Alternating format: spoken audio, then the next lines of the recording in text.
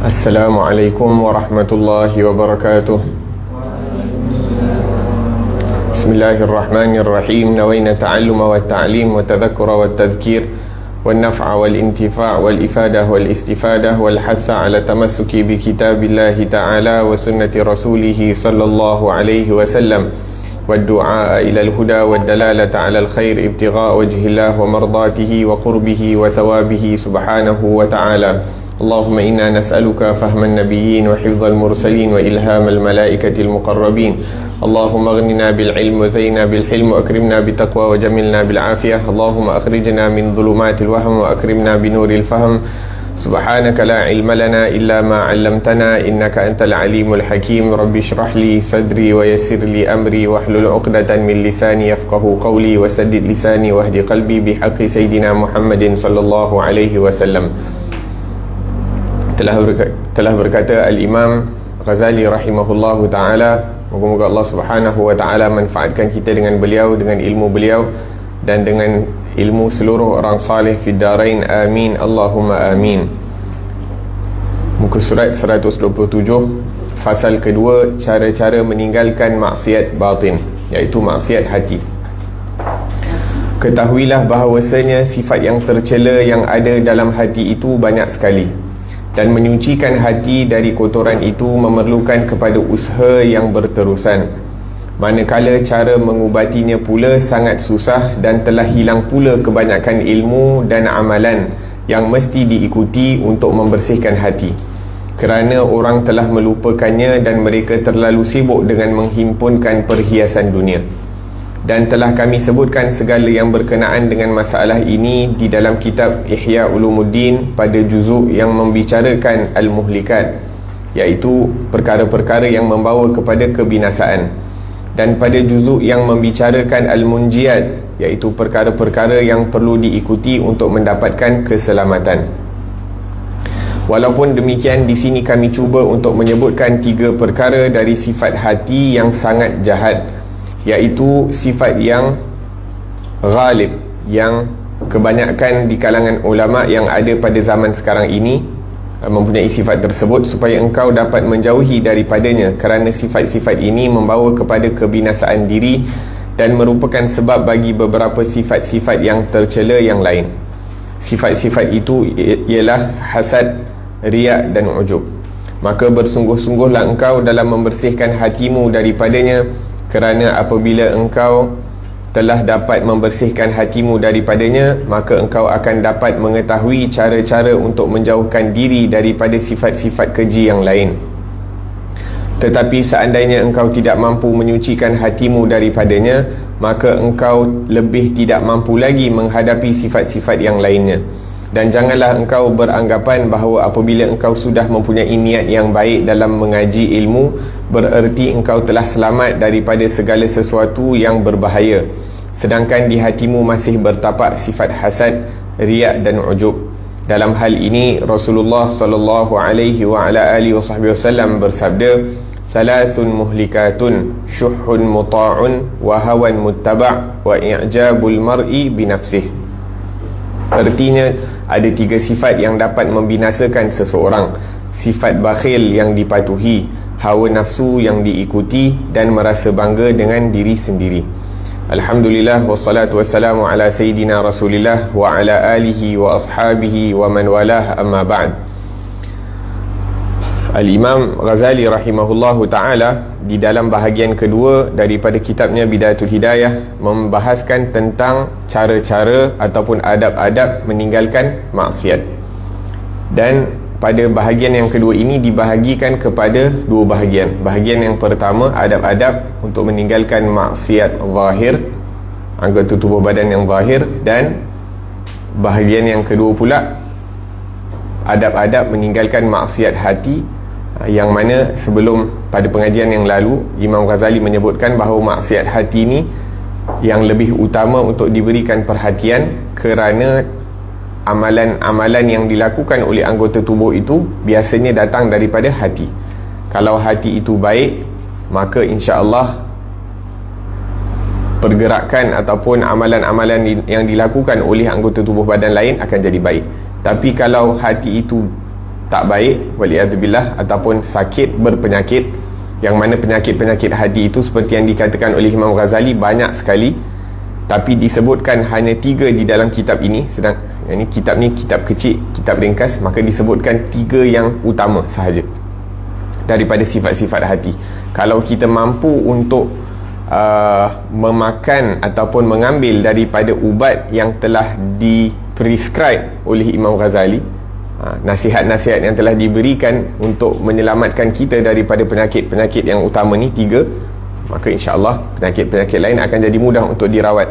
Tapi kalau 3 penyakit utama ni pun kita tak boleh nak ikut saranan Imam Ghazali, maka penyakit-penyakit lain pun lagi susah untuk kita nak ubati. Naam. Maka Imam Ghazali menyebutkan, ketahuilah bahawa sifat-sifat yang tercela itu ada banyak. Kerana apa? Kerana manusia ni unsur ciptaannya itu terbahagi kepada 4, ataupun sewaktu Allah Subhanahu Wa Taala menciptakan manusia, seakan-akan ramuan ciptaan manusia itu terbagi kepada 3 unsur, terbagi kepada 4 unsur. Apa dia?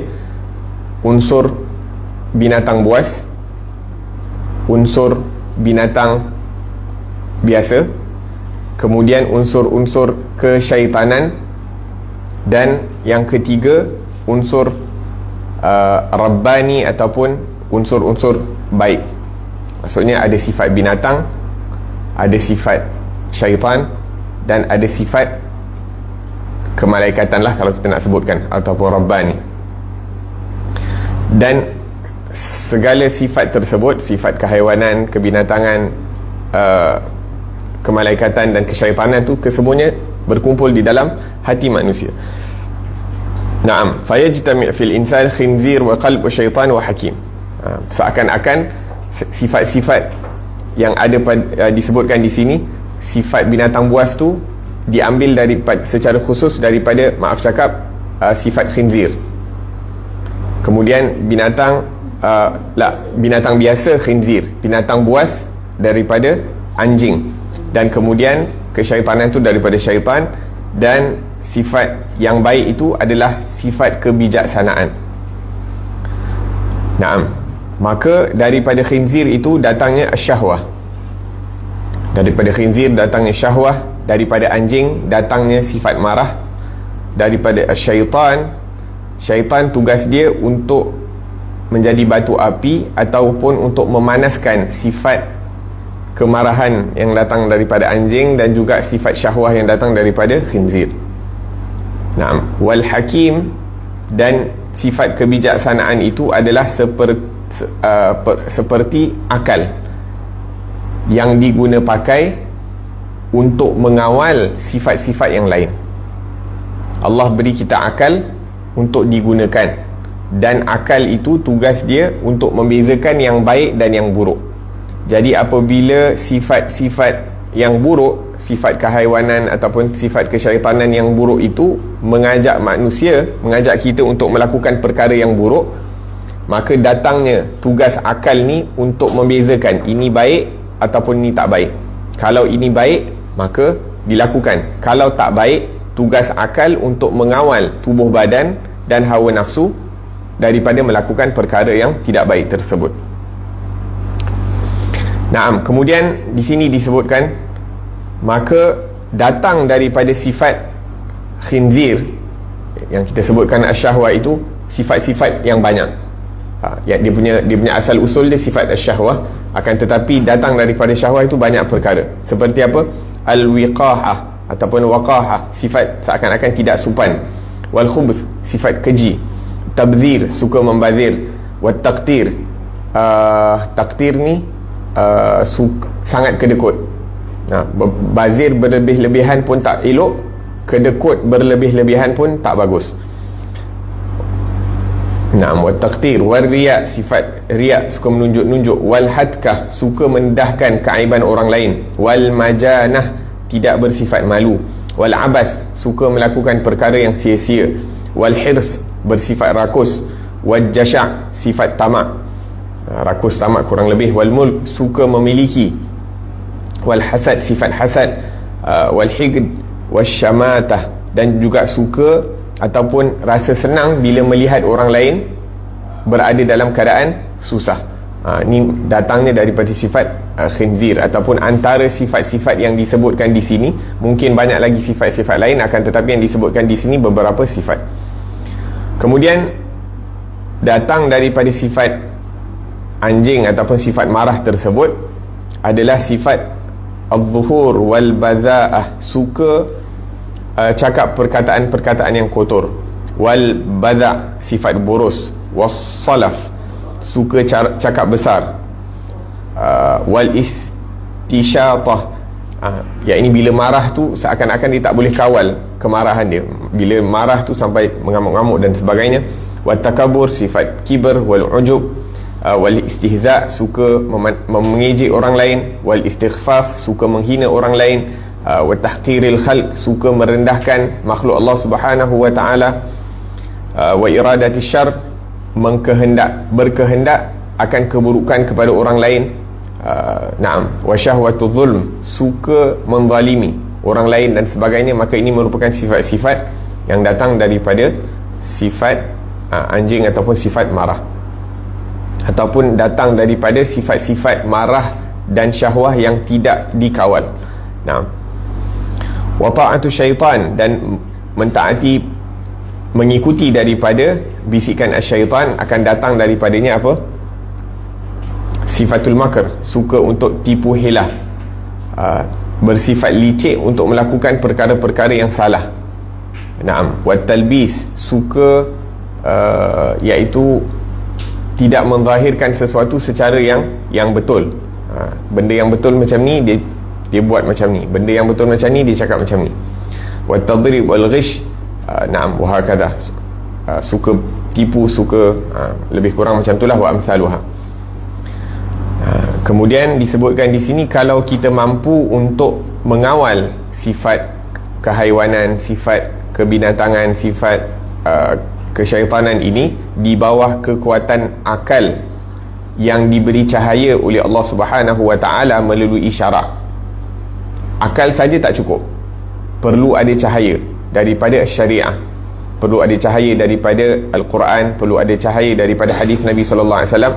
Maka makin kuat kita mengamalkan agama, makin kuat cahaya itu akan diberikan kepada akal dan hati seseorang, sehingga dengan kekuatan cahaya tersebut yang berada pada akal dan hati akan memberikan kekuatan kepada akal tersebut untuk mengawal daripada nafsu-nafsu tersebut. Dan datang daripada akal yang bercahaya apa? Ilmu yang bermanfaat, hikmah, kebijaksanaan. Wal yaqin, keyakinan. Wal ihatah bihaqaiqil asya', memahami sesuatu perkara itu secara realiti. Wa ma'rifatul umur ala ma hiya alaih. Sekarang ni apa masalah kita? Sekarang ni masalah kita bila tertipu dengan syaitan dan tertipu dengan dunia, sebab kita tak mengetahui hakikat sesuatu perkara. Kita tertipu dengan dunia, kita tertipu dengan syaitan sebab kurang keyakinan kita terhadap apa yang dikatakan oleh Allah, apa yang dikatakan oleh Rasul sallallahu alaihi wasallam. Tapi kalau kita mengetahui dan benar-benar faham apa yang disampaikan oleh Allah dan apa yang disampaikan oleh Rasul sallallahu alaihi wasallam adalah benar dengan sebenar-benarnya, maka kita tidak akan tertipu. Kita akan tengok dunia ni sebagai cantik mana pun, hebat mana pun, kejayaan ataupun teknologi dan sebagainya, kita tahu berbanding dengan kuasa Allah, apa-apa yang berada di atas muka bumi ini tak ada benda. Jadi perlu ada cahaya daripada Al-Quran dan cahaya daripada sunnah Nabi SAW dan cahaya daripada amal ibadah yang kita lakukan yang diterima itu, agar supaya kita dapat melihat sesuatu perkara itu secara hakikatnya, bukan seperti apa yang digambarkan ataupun yang digembar-gemburkan oleh orang-orang yang tertipu dengan syaitan, ataupun daripada tentera-tentera syaitan ataupun tentera-tentera ad-dajjal. Naam. Wa hakadha. Jadi itu kurang lebih kenapa banyak penyakit hati, kerana hati ini unsur-unsur dia itu ada banyak. ada kesyaitanan, ada kehaiwanan, ada kemalaikatan dan sebagainya. Dan setiap daripada sifat-sifat yang kita sebutkan tadi tu ada banyak cabang-cabang dia. Daripada kehaiwanan ada cabang-cabang dia, daripada kesyaitanan ada cabang-cabang dia dan sebagainya. Naam. So kita dah tahu dia punya list yang perlu untuk kita tackle daripada penyakit-penyakit hati. Bayangkan kalau kita pergi kat specialist kan, dia bagi kita list. Si fulan, bukan kita lah, maksudnya specialist tu didatangi oleh seorang yang berpenyakit kronik, macam-macam penyakit dia. Awak ada ni, awak ada ni, awak ada ni, awak ada ni, awak kena makan ubat ni. Jadi untuk nak sembuhkan ataupun untuk tak menjadikan penyakit-penyakit yang orang tu ada menjadi lebih parah, perlu untuk dia ikut saranan doktor. Mungkin kena jaga makan, mungkin tak boleh makan sesuka hati banyak-banyak, mungkin kena jaga makan ubat, kalau tak makan ubat nanti makin melarat dan sebagainya. Jadi perlu, bila doktor dah bagi tahu penyakit dia dan dia tahu betapa bahaya penyakit tersebut, maka dia perlu ikuti. Begitu juga sekarang ni Imam Ghazali rahimahullah, dia seakan-akan doktor spesialis yang bagi tahu kita penyakit hati manusia secara umum ni ada banyak. Secara umum ada banyak, tapi dia permudahkan urusan kita. Main yang pertama sekali, tengok 3 perkara ni, yang mana kebanyakan para ulama pun tak terselamat daripadanya, apatah lagi kita orang awam.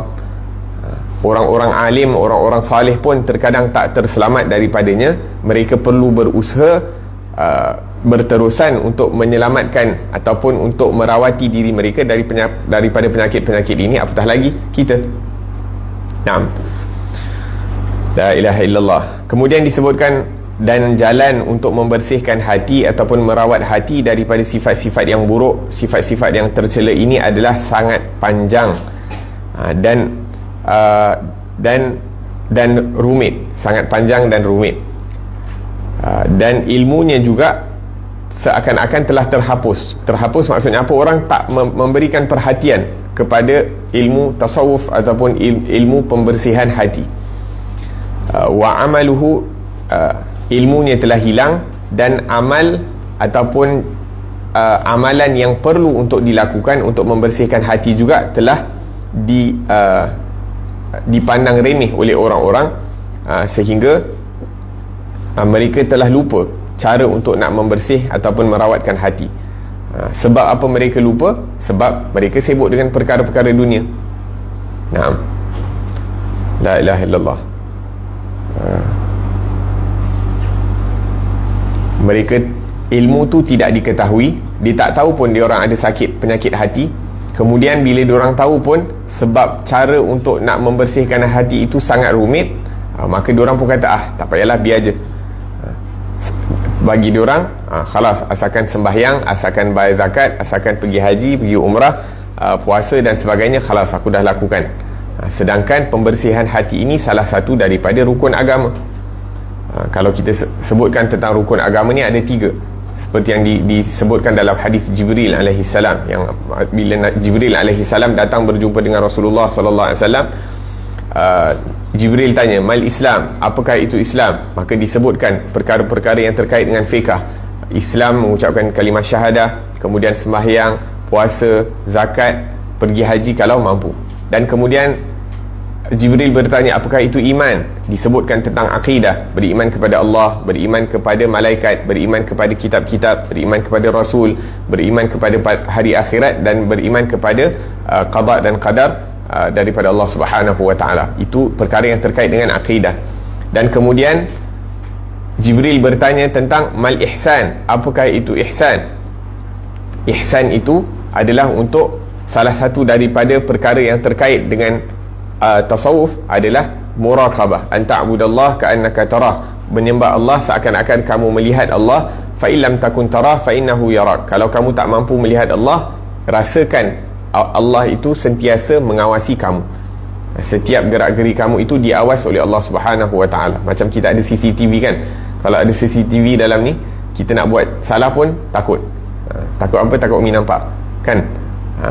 Wahakadha, kalau kita merasakan pengawasan Allah Subhanahu wa ta'ala, kita rasa Allah sedang melihat kita, Allah tahu apa yang kita tengok, Allah tahu apa yang kita dengar, Allah tahu apa yang kita cakap, Allah tahu apa yang kita buat dengan tangan kita, Allah tahu apa yang kita buat pergi mana dengan kaki kita, maka kita tak akan buat perkara yang salah.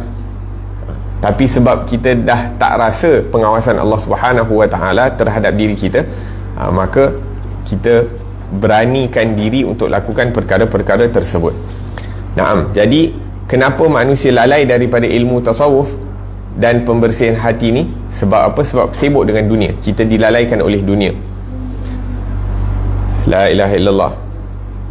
Naam, dan Imam Ghazali dah sebutkan bahawa saya telah sebutkan segala perkara yang terkait dengan penyakit-penyakit hati ini, di mana di dalam kitab yang besar yang dikarang oleh Imam Ghazali, Ihya Ulumuddin. Ihya Ulumuddin ni kitab dia tebal.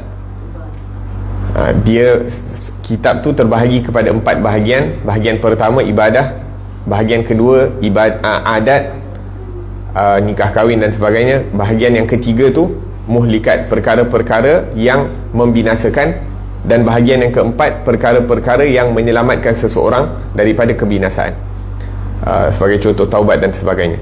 Dan setiap juzuk tu ada 10 kitab, 10 fasal lah senang kata. Jadi total Ihya Ulumuddin tu ada 40 fasal. Sehingga sangat penting kitab Ihya Ulumuddin ni. Sebahagian ulama mengatakan kalau kita tak ada melakukan apa-apa amalan sunat pun, cukup sekadar kita mentelaah ataupun membaca daripada kitab Ihya Ulumuddin ni untuk mendatangkan hakikat takwa kepada Allah Subhanahu Wa Taala. Yang ni lakukan amalan yang fardu sahaja, tak payah lakukan amalan sunat, baca kitab Ihya Ulumuddin, itu akan menyebabkan kita ni lebih takwa kepada Allah Subhanahu. Nak katakan betapa hebatnya karangan Imam Ghazali ni. Bahkan sebahagian ulama pula kata kita tak ada kekuatan nak baca kesemuanya. Khalas, baca muhlikat, sifat-sifat yang menghancurkan itu. Kerana apa? Dengan kita mengetahui sifat-sifat yang buruk, barulah kita mampu untuk menyelamatkan diri daripada melakukan perkara-perkara yang buruk. Kadang-kadang kita tak rasa apa yang kita lakukan itu buruk ataupun tak baik ataupun merupakan penyakit-penyakit hati.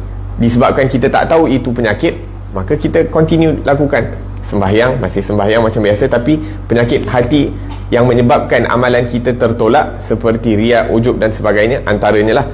Banyak lagi yang disebutkan Imam Ghazali dalam kitab Ihya. Maksudnya bila kita tahu, barulah kita mampu untuk mengelakkan diri daripada terjerumus dalam melakukan perkara-perkara yang menghancurkan. La ilaha illallah. Jadi para ulama kata kalau tak mampu nak baca keseluruhan kitab Ihya, khalas baca kitab muhlikat itu sahaja, bahagian yang ketiga. Dan di sebahagian ataupun di kota Hadramaut, subhanallah, diorang ada bacaan Ihya Ulumuddin ni sebagai bacaan je, tak ada syarah pun. Setiap minggu diorang akan berkumpul baca satu fasal daripada kitab Ihya Ulumuddin. Jadi dalam 40 minggu diorang khatam sekali kitab Ihya Ulumuddin. Kita kadang nama Ihya Ulumuddin pun kadang kita, kitab Ihya Ulumuddin pun kadang kita tak pernah tengok. Macam mana? Nak kata berat sangat tu tak ada, tapi biasanya para ulama akan suggest kita habiskan Bidayatul Hidayah, lepas tu intermediate tu ada kitab lagi satu karangan Imam Ghazali, Minhajul Abidin, kemudian lepas tu baru diorang akan baca Ihya Ulumuddin.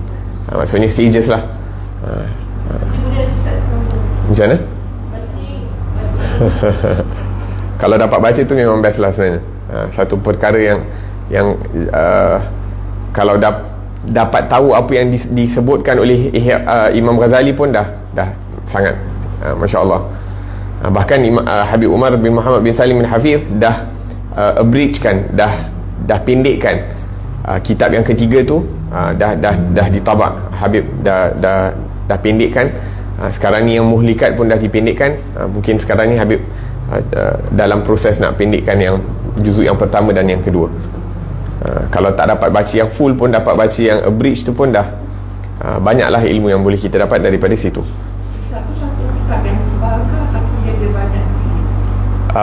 Tebal dan banyak jilid.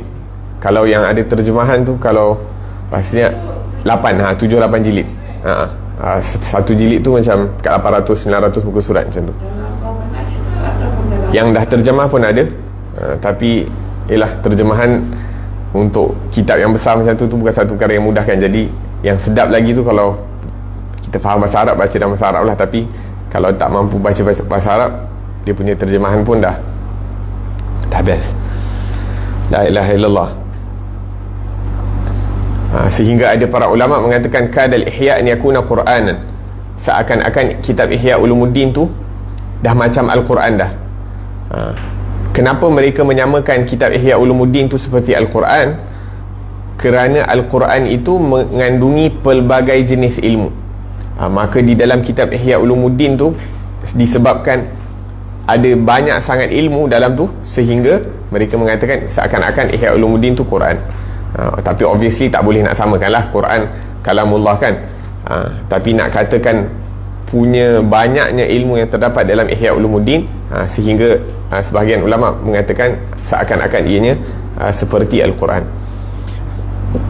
Kemudian Imam Ghazali mengatakan bahawa akan tetapi kami hanya akan mengingatkan kamu, memberi amaran kepada kamu sekarang dalam kitab ini tentang 3 penyakit utama, 3 penyakit hati yang utama, yang paling penting, yang paling berbahaya, yang mana penyakit-penyakit ini banyak dihadapi oleh orang-orang alim ataupun para pelajar penuntut ilmu agama di zaman Imam Ghazali. Bayangkan, Imam Ghazali lahir pada tahun 450, dia meninggal dunia pada tahun 505. Sekarang ni kita pada tahun berapa Hijri?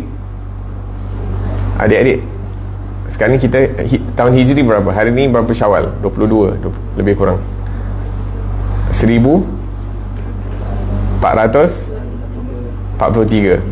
Jadi Imam Ghazali meninggal dunia pada tahun 505. Jadi kurang lebih 900 tahun lebih perbezaan kita dengan Imam Ghazali. And zaman Imam Ghazali dia dah kata ini penyakit-penyakit yang ada banyak di zaman dia. Bayangkan zaman kita sekarang. Maksudnya makin lama fitnah ataupun penyakit-penyakit hati tu makin teruk. Jadi kalau zaman Imam Ghazali dia dah rasa dah teruk, apatah lagi zaman kita. Apatah lagi zaman kita. La ilaha illallah. Naam, litakhudha minha hadrak. Diberikan peringatan oleh Imam Ghazali agar supaya kita berhati-hati. Dia dah ingatkan kita tentang penyakit-penyakit yang kronik. Macam kalau sekarang ni penyakit kronik apa? Diabetik, apa lagi? Jantung dan sebagainya. Ni penyakit-penyakit hati daripada segi agama. Imam Ghazali dah sebutkan agar supaya kita berjaga-jaga. Fa innaha muhlikatun fi anfusiha, kerana ianya akan menghancurkan. Fajtahid fi tathhiri qalbika minha, maka berusahalah bersungguh-sungguh untuk membersihkan hati kamu, untuk merawati hati kamu daripada penyakit-penyakit tersebut. Dan kalau kamu mampu untuk membersihkannya, merawatinya, maka ketahuilah bahawa penyakit-penyakit hati yang lain akan menjadi mudah untuk kamu rawati. Tapi kalau yang 3 ni tak mampu kamu rawati, penyakit-penyakit lain tu pun akan menjadi susah dan berat untuk kamu rawati.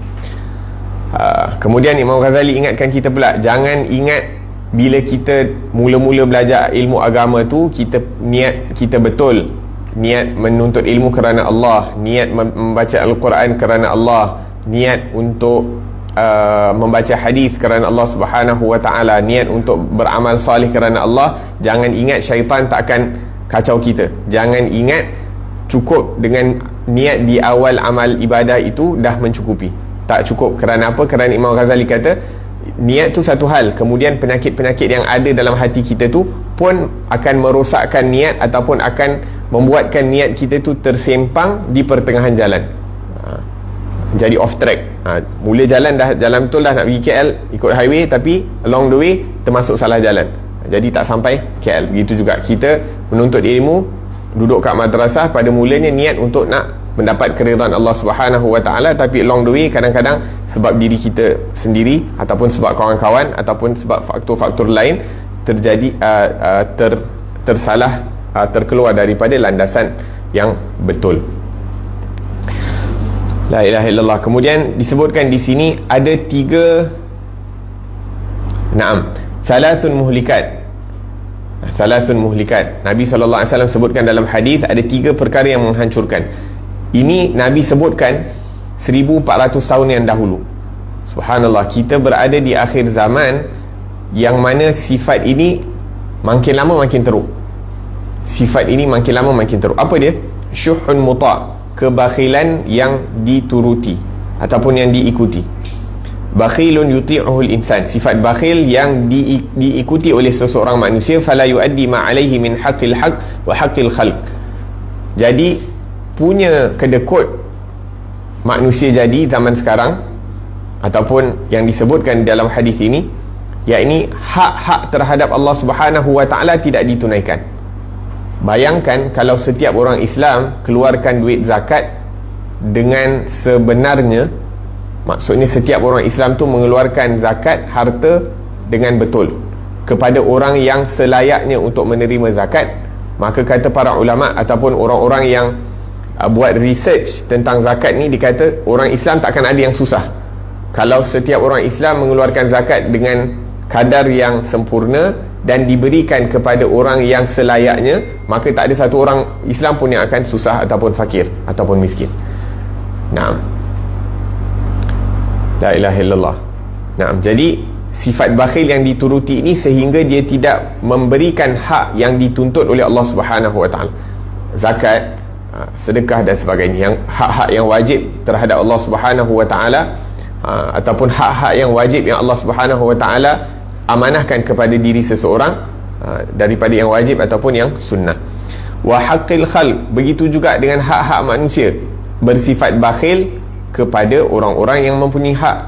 Sebagai contoh, kalau kita anak, kalau kita kedua ibu bapa kita susah, kita bantu. Kalau kita suami, ada hak-hak nafkah yang perlu untuk diberikan kepada isteri dan anak-anak.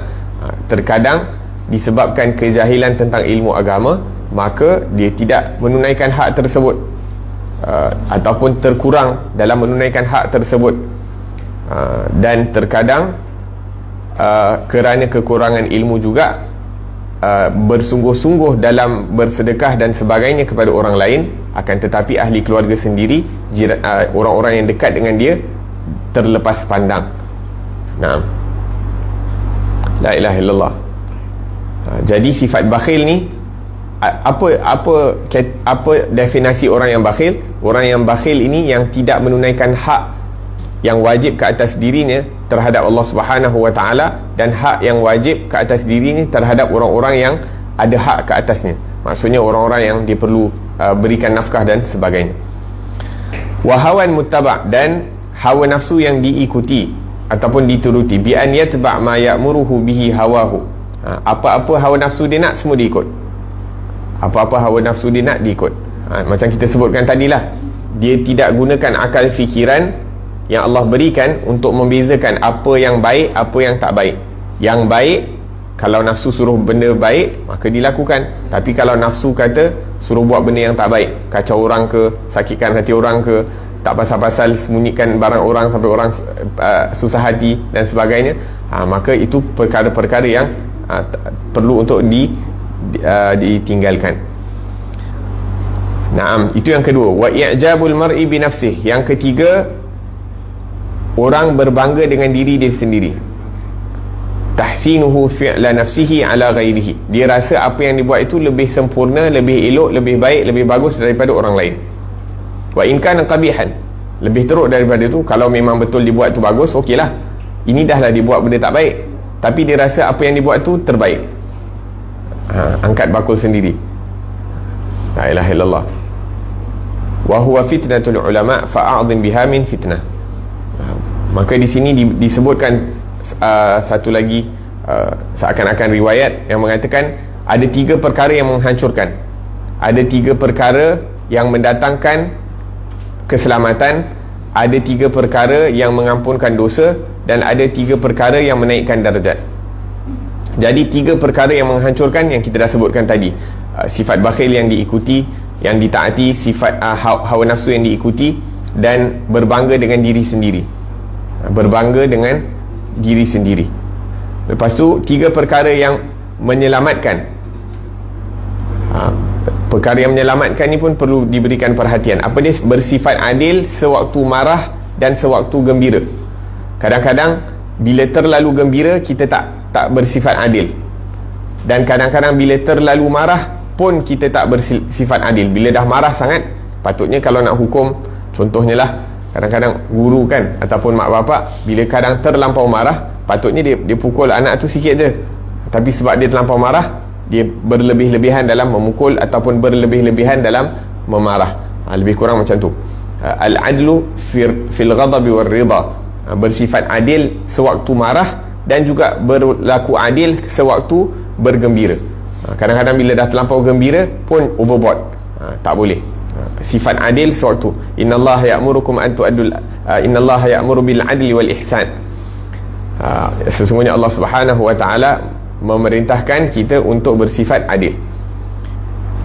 La ilaha illallah. Kemudian wal qasdu fil faqri wal ghina, bersifat sederhana ketika dalam kekayaan ataupun dalam kemiskinan, ataupun sewaktu diberikan kelapangan rezeki ataupun sewaktu berada dalam kesempitan rezeki.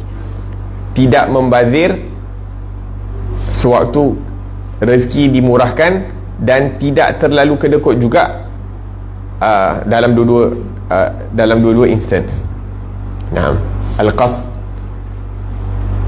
Bahkan dalam setengah riwayat mengatakan bahawa pandai menguruskan harta ini merupakan bahagian daripada rezeki. Pandai menguruskan harta, menguruskan duit adalah sebahagian daripada rezeki. Wa khasyatullah fis sirri wal alaniyah, dan takut kepada Allah Subhanahu wa taala sewaktu kita bersendirian dan sewaktu kita berada di hadapan orang. Kadang-kadang kita depan orang kita macam takut, kita baik, kita sembahyang, kita tak buat benda-benda yang salah depan orang. Sebab apa? Sebab kita takut orang marah, orang tahu, orang cakap kita tak baik. Tapi bila kita belakang orang, okeylah, tak ada orang nampak, khalas, sembahyang pun asal boleh. Kadang-kadang kadang-kadang sampai tak sembahyang, waliyazubillah tabaraka ta'ala. Naam, wa ammal kafarat, adapun perkara-perkara yang akan mengampunkan dosa, intizarus salah ba'da salah, tunggu satu salat kepada satu salat. Sebagai contoh, kita duduk lepas maghrib sehingga isyak dalam majlis zikir ke, dalam majlis ilmu ke, maka apabila kita pasang niat untuk tunggu solat isyak, maka sepanjang kita menunggu solat itu kita berada dalam solat, dan sepanjang kita menunggu solat itu juga dosa-dosa kita juga diampunkan oleh Allah Subhanahu wa taala. Perkara yang menghapuskan dosa juga isbagul wudu' fi sabarat, memperbaharui ataupun menyempurnakan wudu' sewaktu cuaca yang sejuk ataupun sewaktu kita rasa malas. Kadang-kadang kita malaskan ambil wudu', bangun subuh ataupun isyak dah mengantuk, ataupun subuh tu masih mengantuk, baru bangun tidur, isyak tu dah mengantuk. Jadi nak sempurnakan wudu' pada waktu-waktu seperti itu berat. Jadi bila kita lakukan satu perkara yang Allah perintah dalam keadaan berat, tapi kita sempurnakan juga, maka di situ terdapatnya pahala yang besar daripada Allah Subhanahu wa taala. Ataupun sewaktu kadang-kadang terlampau sejuk air, nak terlampau sejuk air pun susah nak ambil wudu', terlampau panas pun kadang susah nak ambil wudu'. La ilaha illallah. Wa naqlul aqdam ilal jama'at, dan berjalan untuk solat berjemaah. Setiap langkah yang kita langkah untuk nak menuju solat fardu diampunkan dosa oleh Allah Subhanahu wa taala. Sehingga sebahagian ulama kalau nak jalan untuk nak solat fardu, diorang akan kecilkan langkah mereka supaya pahalanya lebih. La ilaha illallah. Wa amma darajat, adapun perkara-perkara yang meninggikan darjat seseorang di mata Allah Subhanahu wa taala ataupun di sisi Allah Subhanahu wa taala, fa it'amut ta'am, memberi makan kepada orang lain. Kadang memberi makan ni perkara yang ialah nampak macam tak ada benda kan, tapi sebenarnya ianya mendatangkan darjat yang tinggi di sisi Allah Subhanahu wa taala, terutamanya kalau kita perbanyakkan niat kita untuk menggembirakan hati orang Islam, untuk meraihkan dan sebagainya. Ifsya'us salam, memberikan salam kepada orang yang kita kenal ataupun kepada orang yang tidak kita kenali. Sekarang ni dengan orang yang kita kenal pun kadang-kadang kita berat nak bagi salam, apatah lagi dengan orang yang kita tak kenal. Nak latih diri kita untuk menyebarkan salam. Dan Nabi SAW walaupun telah ajarkan adab-adab beri salam ni, sebagai contoh, orang yang ramai bagi salam kepada grup yang kecil, orang yang berjalan bagi salam kepada orang yang berdiri tak berjalan, orang yang berdiri bagi salam kepada orang yang duduk. Maksudnya ada adab-adab dia. Akan tetapi walaupun telah diajarkan perkara-perkara tersebut, tak ada satu orang pun daripada sahabat-sahabat Nabi yang dapat mendahului Rasulullah dalam memberi salam. Maksudnya Rasulullah ni, setiap orang yang dia berjumpa, dia akan first bagi salam kepada orang lain, sallallahu alaihi wa ala alihi wasallam. Dan memberi salam ini bukan hanya secara lafaz, assalamualaikum, salam sejahtera ke atas kamu, akan tetapi bagaimana kita nak selamatkan orang tersebut daripada keburukan kita. Bukan hanya kita cakap assalamualaikum depan muka dia, lepas tu ba'din belakang kita cakap buruk tentang dia, kita mengumpat dia, kita sakiti hati dia daripada belakang dan sebagainya.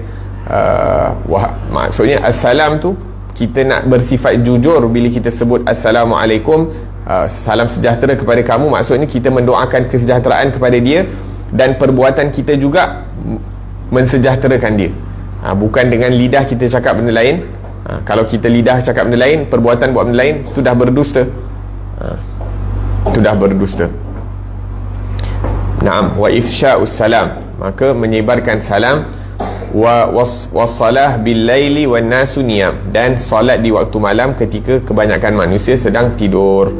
Moga-moga Allah Subhanahu wa taala berikan kita taufik untuk mengamalkan daripada perkara-perkara yang menyelamatkan kita daripada azab Allah Subhanahu wa taala. Bersifat adil ketika gembira dan marah, bersifat al-qasd, iaitu bersifat sederhana dalam berbelanja sewaktu kita banyak duit ataupun sewaktu kita berada dalam kesempitan, dan takut kepada Allah Subhanahu wa taala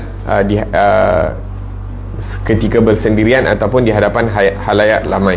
Begitu juga moga-moga Allah berikan kita kekuatan untuk melakukan amalan-amalan yang menjadi kafarah kepada dosa-dosa kita, menunggu solat, menyempurnakan wuduk ketika susah ataupun ketika berat hati untuk mengambil wuduk, dan juga untuk menghadiri solat jemaah.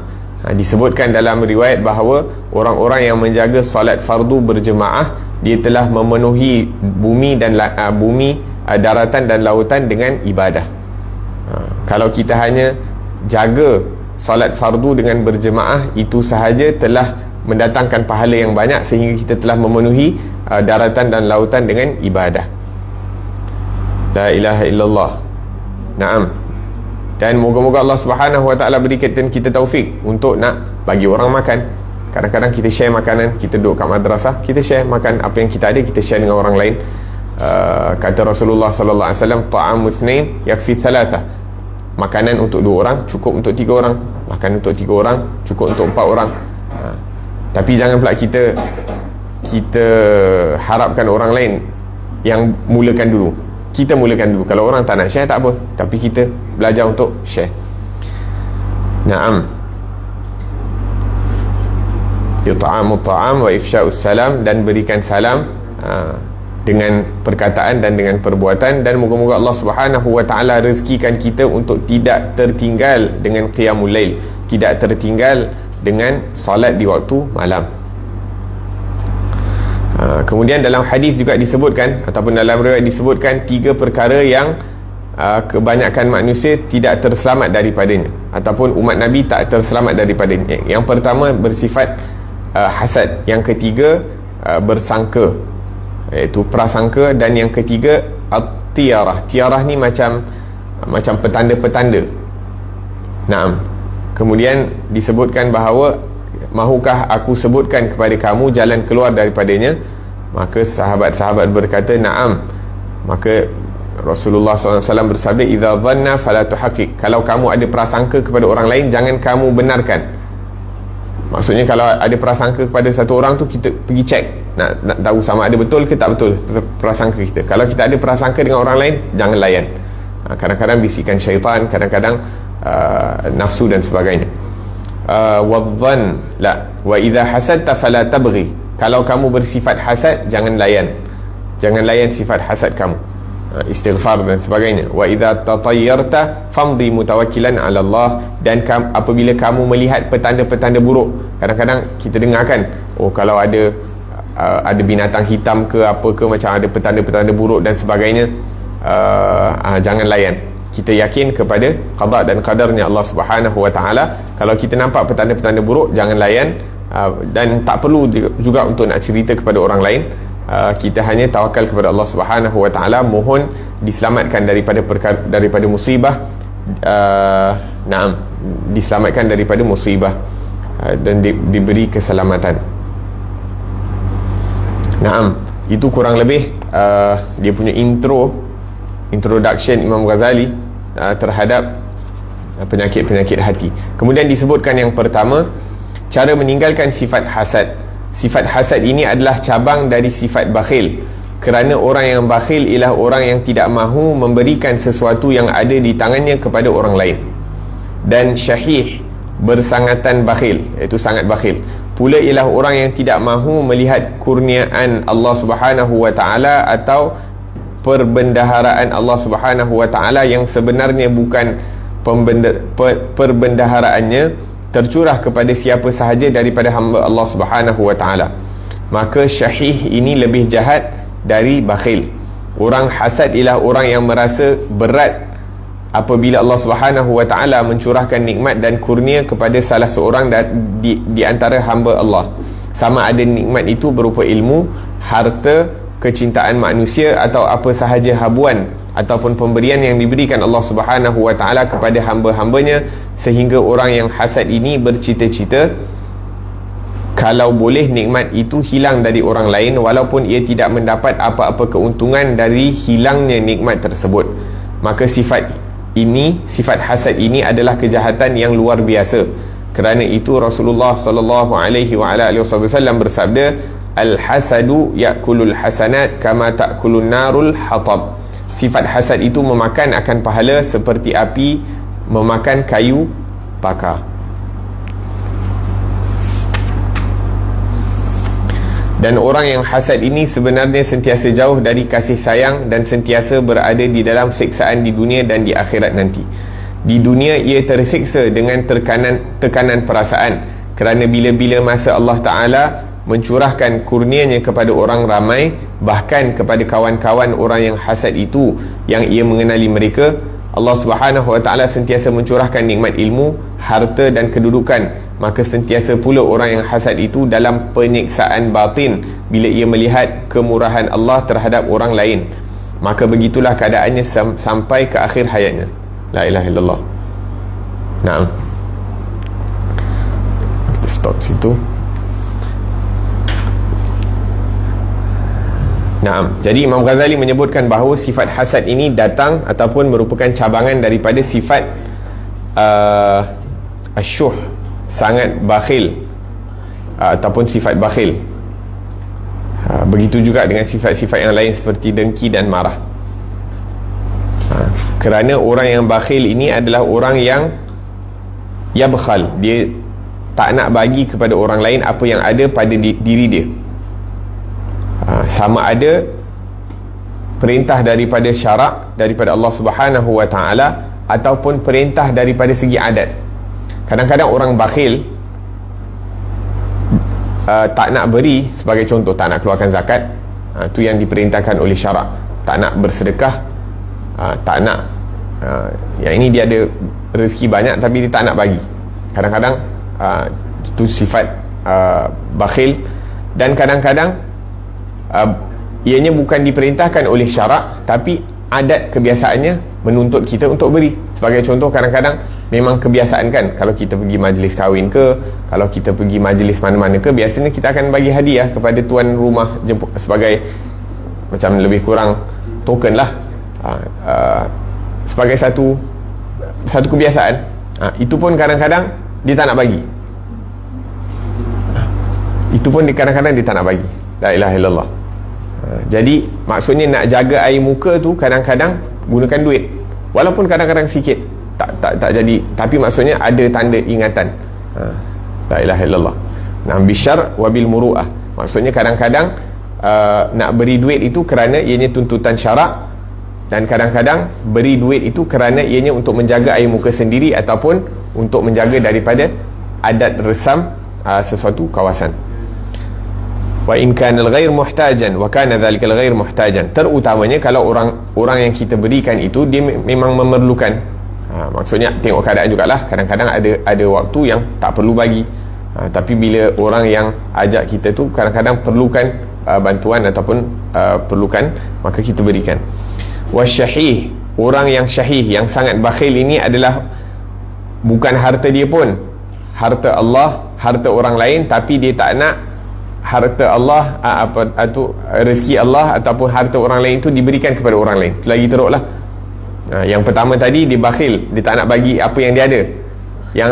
Yang syahih ni lagi teruk daripada bakhil. Duit orang tapi dia kata, kenapa kau nak tolong dia, biar aja dia. Dia hasut orang lain untuk tak bagi kepada orang lain. Itu lagi teruk.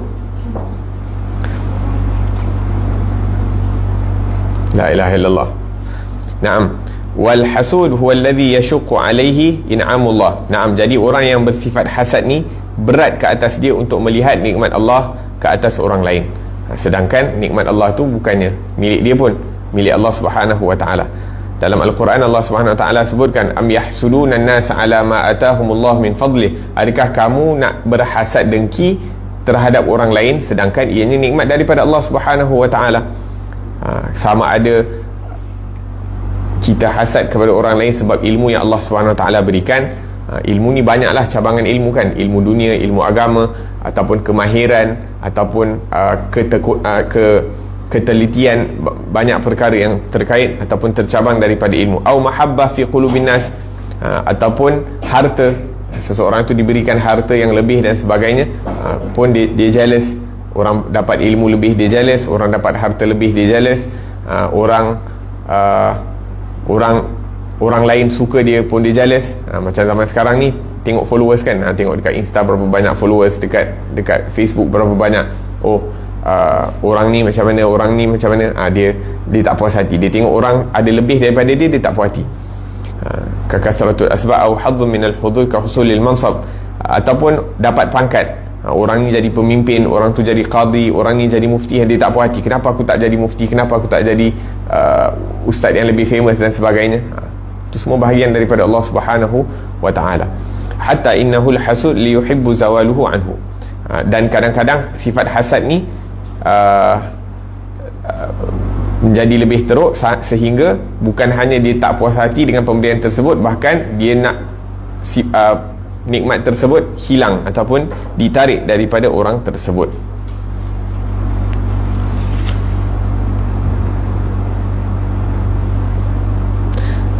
Naam.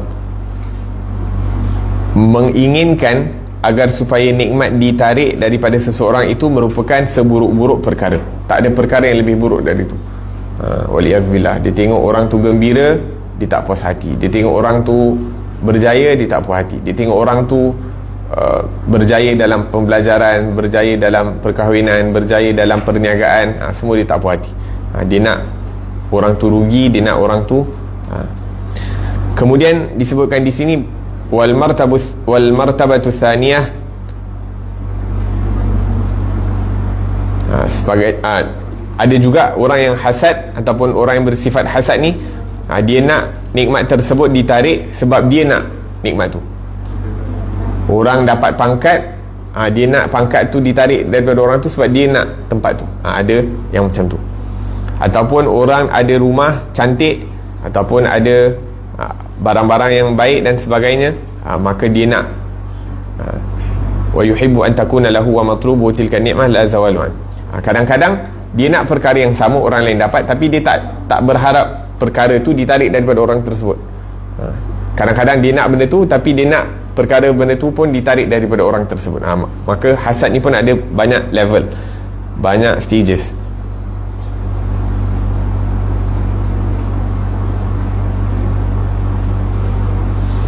Kadang-kadang dia nak nikmat itu ditarik daripada orang tu walaupun dia tak dapat, agar supaya tak ada perbezaan antara dia dengan orang tu. Contohnya kan, kalau orang tu dah diberi pangkat, khalas, kalau dia tak dapat pun tak apa, orang tu punya pangkat ditarik supaya dia dengan orang tu sama pangkat, sama rank. Pun ada juga perangai macam tu. ataupun daripada segi rezeki, ataupun daripada segi ilmu dan sebagainya.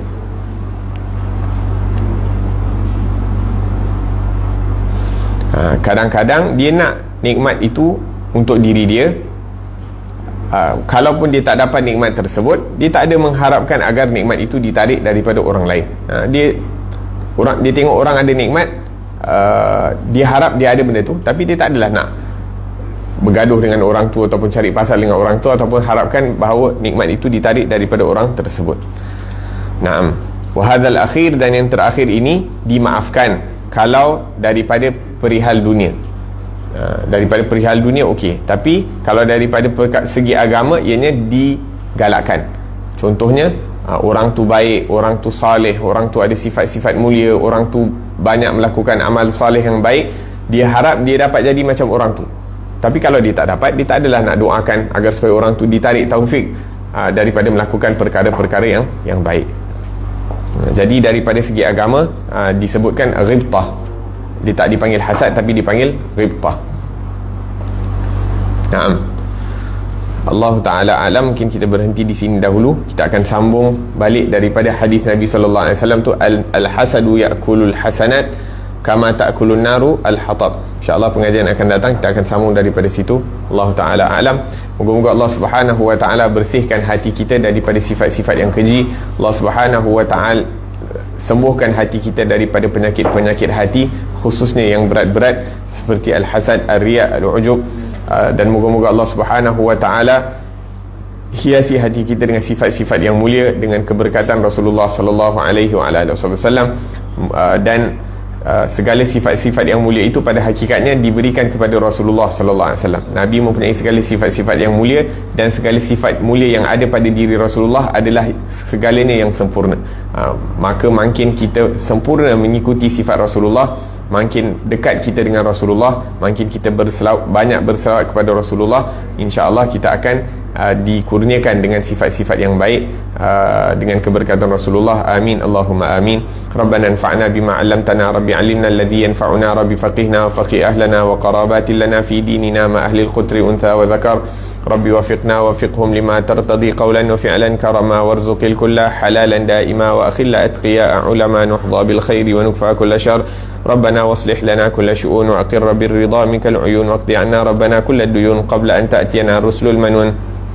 واغفر واستر أنت أكرم من ستر. وصلاة الله تغشى المصطفى من إلى الحق دعانا والوفى بكتاب فيه للناس شفاء وعلى الآل الكرام شرفا وعلى الصحب المصابيح الغرر. اللهم اهدنا بهداك واجعلنا ممن يسارع في رضاك ولا تولنا وليا سواك ولا تجعلنا ممن خالف أمرك وعصاك. وحسبنا الله ونعم الوكيل ولا حول ولا قوة إلا بالله العلي العظيم. وصلى الله على سيدنا محمد وعلى آله وصحبه وسلم والحمد لله رب العالمين والعفو منكم والسلام عليكم warahmatullahi wabarakatuh.